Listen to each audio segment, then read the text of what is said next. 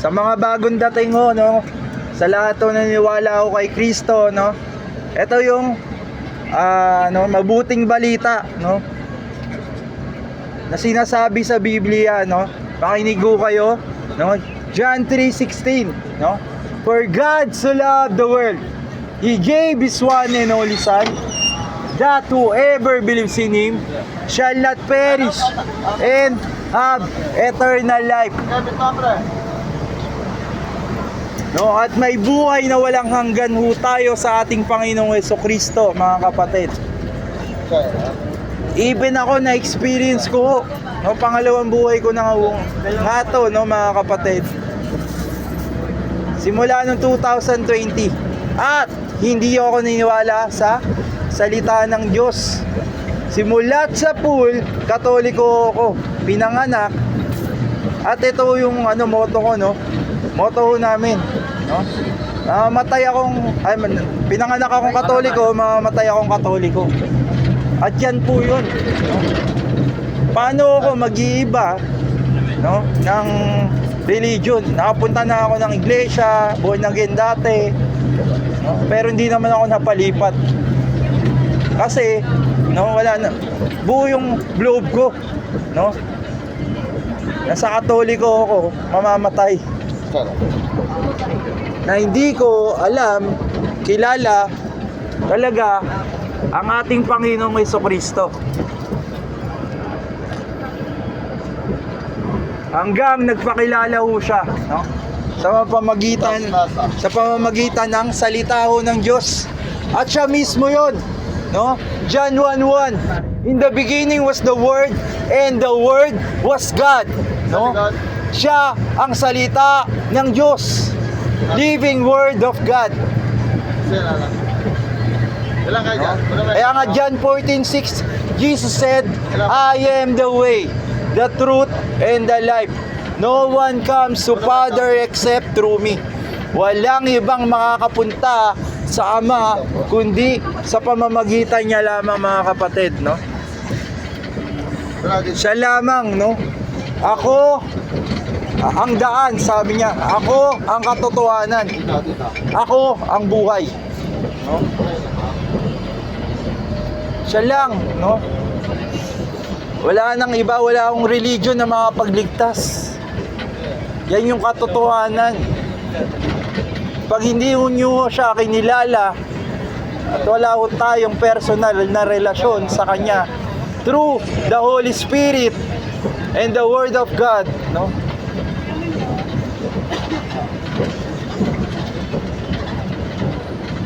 Mapapahamak ang ating kaluluwa. Yan nga John 3:16, naulitin ko ulit, no? For God so loved the world, He gave His one and only Son, that whoever believes in Him shall not perish and have eternal life, no? At yun ang gusto niya sa ating lahat. Magkaroon ho tayo ng buhay na walang hanggan, mga kapatid. Makasama niya ho tayo, no? Eternity. Na maranasan ho natin yung totoong buhay. At once na nakilala mo nga lang siya, no, through the Word of God, no, mapipil nyo yung presence and peace na bigay niya, no? Nawala ho sa atin, no?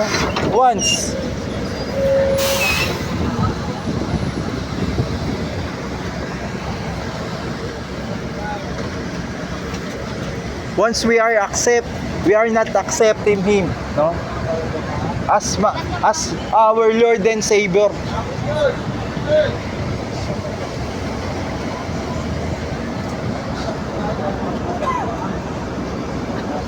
At sa lahat ho nang niniwala ho kay Kristo, no, galing ho sa Kanya to, sabay-sabay tayo, no, sabay kayo sa akin, tas pangalan nyo, pwede sa isip, pwedeng pabulong, no, kung proud kayo, pagsigawan nyo, no, sabay kayo sa akin, no, at mararamdaman nyo siya. Game, even sa hindi, no, sa iba yung religion, no, try nyo lang, walang mawawala, hindi ka magbabago na religion. Pero try mo lang, no? Natanggapin to. Game? Panginoon, ako po si pangalan nyo. Panginoon, humingi ako ng kapatawaran sa aking mga nagawang kasalanan na alam ko at hindi ko alam.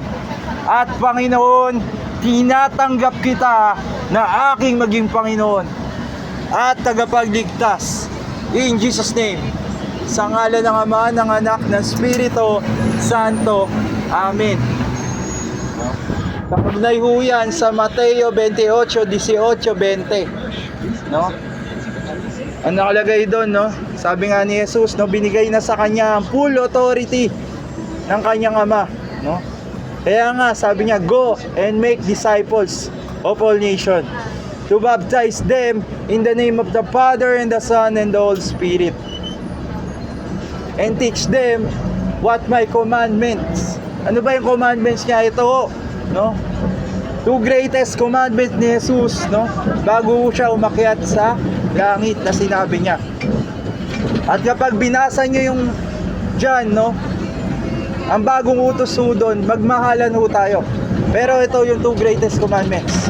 Love your God with all your heart, all your mind, all your soul, and all your strength. And love your neighbor as you love yourself.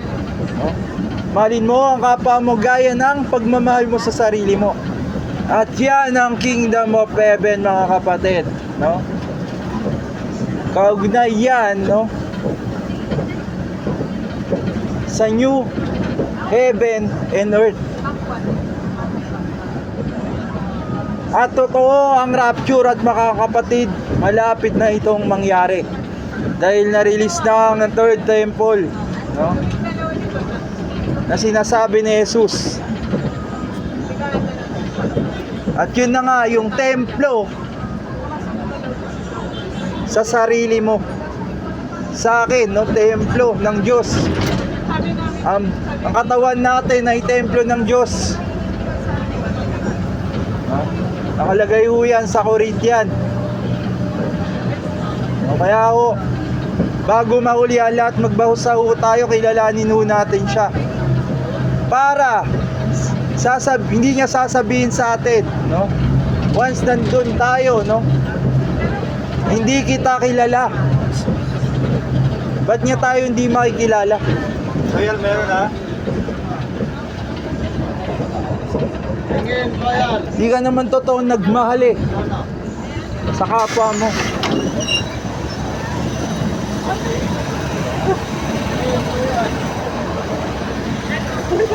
Hindi mo naman talaga akong kinilala.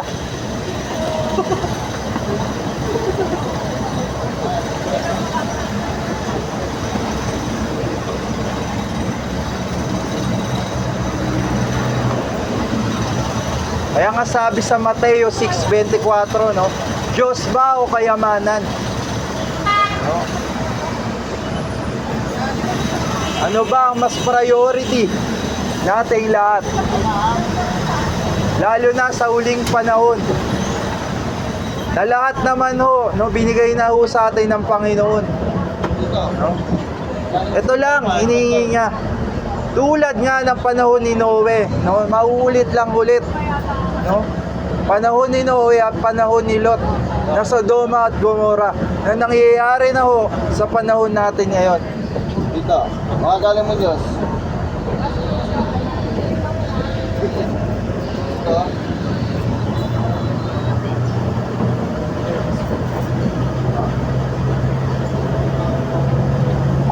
Magkaroon ho tayo, no, ng pagkilala sa Kanya sa Biblia. Doon ho natin siya makikilala. Ulitin ko, John 1:1, in the beginning was the Word and the Word was God. No, siya ang salita ng Diyos. Literal. Paano mo makakausap ang Diyos? Salita ng Diyos. At habang nagbabasa ka ng Biblia, no, makikilala mo ang Diyos. Parang ano, di ba? Pag sa mga palabas, no, kilala mo nga yung mga favorite stars mo eh. Tawag. Di ba? Yung mga favorite na pinapanood natin. kilala nyo yung mga karakter. Ganun din ang Diyos, may karakter din yan. Balintawak. At doon yung makikilala ang Diyos na sobrang mapagmahalo sa ating lahat. At grabe yung pasensyang ginagawa niya. Kung mapagpasensya ang magulang mo, mas mapagpasensya ang Diyos na gumawa sa ating lahat, no?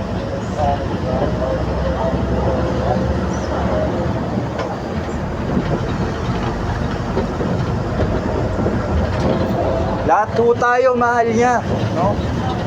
Iisa man, no? Wala siyang hindi minahal, no?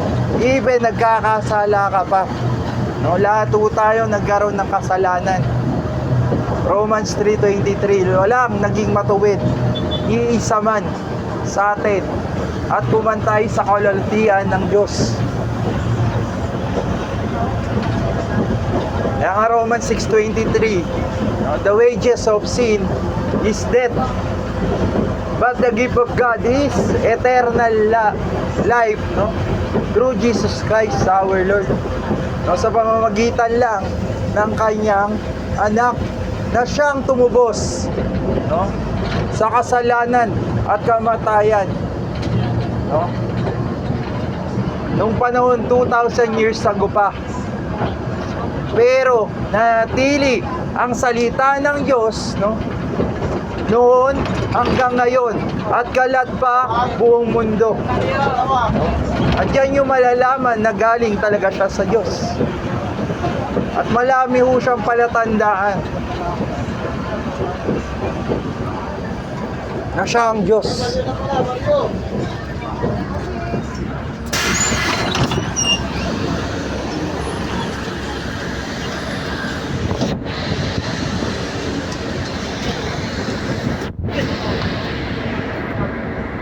Sa cross pa lang, di ba? Cross yung palatandaan niya, no? Na siya yung tagapagligtas natin. Sa buong mundo ho, no? Buong mundo to, ha? May crossing. Hindi ho yan nagkataon lang. Ganon makapangyarihan ang Diyos. At siya rin ang salita, di ba?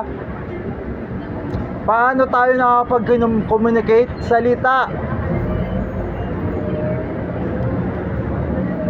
Di ba, nung bata pa tayo, hindi tayo marunong magsalita, no? Hindi pa tayo marunong magbasa, no? Magsulat, no? At natutuhan ho natin yun. At doon yung malalaman, no? Kaya nga marami din language. Wika, di ba?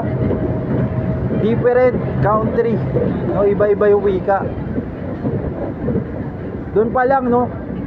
Overall, no? Sa buong daigdig, no? Iba-iba yung salita. At doon yung malalaman din, no? Nagaling siya. Siya talaga ang Diyos. Mababasa mo sa Biblia, siya ang salita ng Diyos. Sabihin, siya yung overpower. Kaya nga I am and I am, no? Lahat ng I am siya. Kaya I am the Alpha and Omega. Kung bakit tayo nandito is dahil sa kanya. Sa lahat to, no, na ginawa dito sa mundo ay dahil sa kanya. Mababasa nyo yan sa John, no?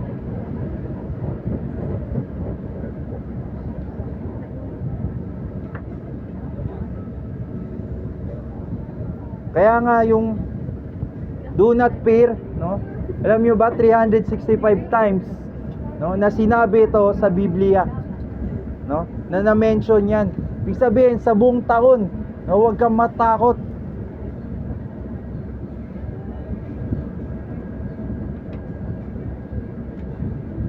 Kaya nga do not worry.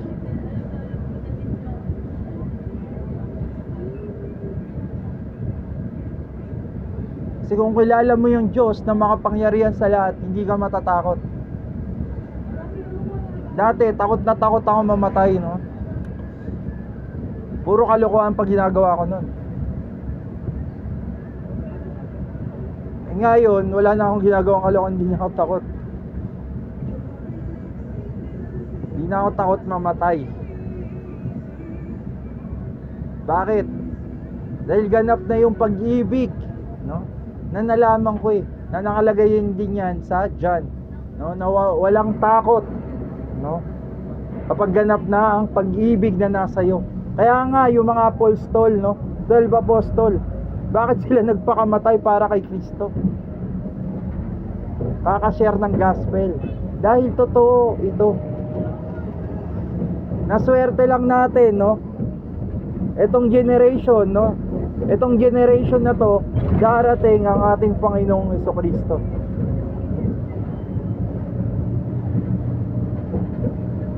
Swerte nga natin yung iba nga inantay yan, no? Mga maraming propeta pa, no?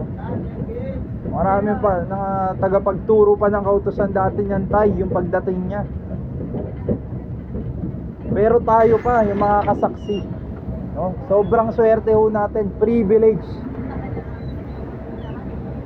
na makita natin siya. At privilege din ho, no? Itong ginagawa ko, na kung gagawin nyo din, no? Pribilehiyo din. Hindi ko naman ho ito ginagawa, no? Para lang, no? Pagkapera or something, makilala.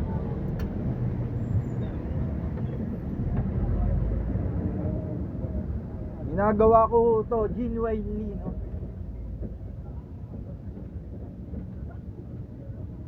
Dahil nga pangalawang buhay ko na ito, no? Na even na sobrang makasalanan ko nung panahon na yon. At yun lamang mga kapatid, ingat kayo. God bless you.